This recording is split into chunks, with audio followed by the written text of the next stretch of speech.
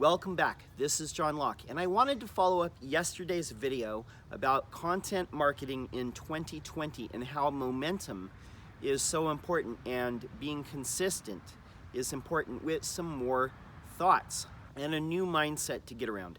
Now, for a long time, it was kind of a prevailing mindset was to think that you had to have at least 300 words of content to make a blog post, or at least 500 words, or at least 800 words.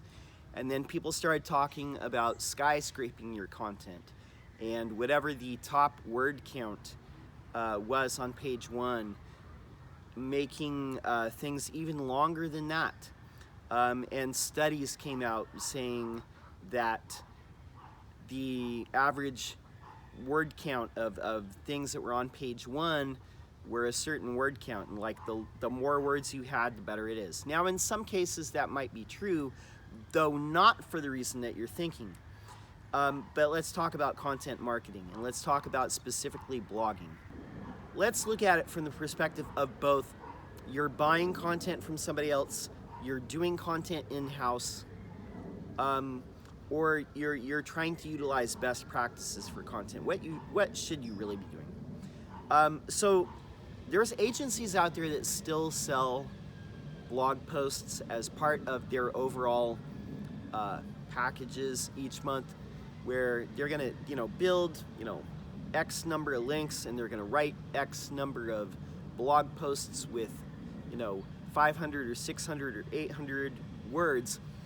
I think it defeats the purpose if you're looking at things strictly from a word count point. The most important thing that I want you to take away from this video today is that it's more vital to look at what topics you're actually covering if you're targeting a certain keyword phrase than it is to worry about a word count.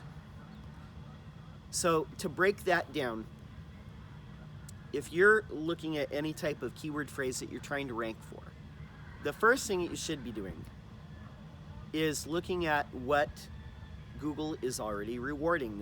We talk about this in the SEO audits that we do. We talk about this as far as like analyzing why are you not ranking higher for a certain keyword phrase. A lot of it has to do with search intent. We have a video on that. We have a whole blog post on that. But basically, when the majority of people type in a keyword phrase, they're trying to complete some sort of task, and that task can be either getting information, or buying a product, or they're doing research on a product before they buy it, or they're trying to book an appointment, or whatever it is.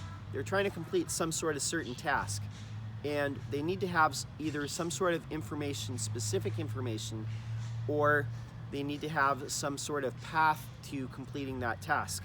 And if that page that you're putting out there, a blog post or whatever else, does not have those elements in it, then your page is not going to rank on as high as it could. It's not going to rank in the top 10, basically, is what I'm saying. So a lot of agencies are still selling blog posts based on word count because, hey, they have copywriters on staff, they can turn out those blog posts, and pumping out like 800 words or 1,000 words, you can get that done. But I don't think that that's the most useful thing, because sometimes you're going to need more words than whatever their word count is. And sometimes it pays to use more words and invest more in a piece of content, adding maybe custom illustrations or custom some sort of graphics, custom research, some sort of thing. And just tossing out a bunch of words isn't going to get it done. And especially if you're not covering all the topics that you need to within that particular piece of content. What you're going to see a lot of time in the top 10 results is not that the word count is super long, but it's the fact that they're covering a bunch of different topics. And that happens to correspond with the fact that there are a lot of words in that post, but it's because they're covering all the topics that need to be covered, all the different subtopics. They're answering all the questions that people are looking for when it comes to this keyword phrase. If you don't have all that information, then your thing is going to be shorter, your page is going to be shorter, and therefore it might not rank as high. So it's not really about the words as much as it's about covering the different topics that people are trying to find when they're Googling that term, when it comes to articles usually. So if you're producing content internally, just remember that just skyscraping it as far as words alone, or if you're hiring an agency to do articles by number of words alone, yeah, I mean, you'll get content done.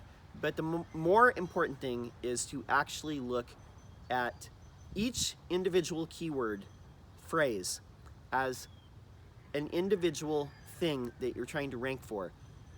You might not need 500 or 800 or 1,000 or 2,500 words for every single keyword.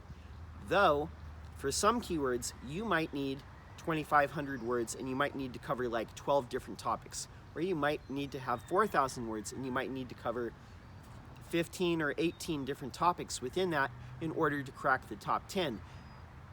But it all depends. And sometimes, I hate to say this, but sometimes a blog post or an article that's informational research has no chance of cracking the top 10 at all because the search intent is completely different. So writing the most skyscraped blog post of all time, 100,000 words, it's not going to matter because people are trying to complete a different task than just read an extensive article.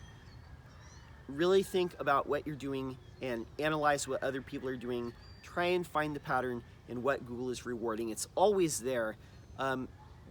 It's always there. That's all I'm saying. My name is John Locke. My business is Lockdown Design and SEO. I'm here every single day making videos on SEO.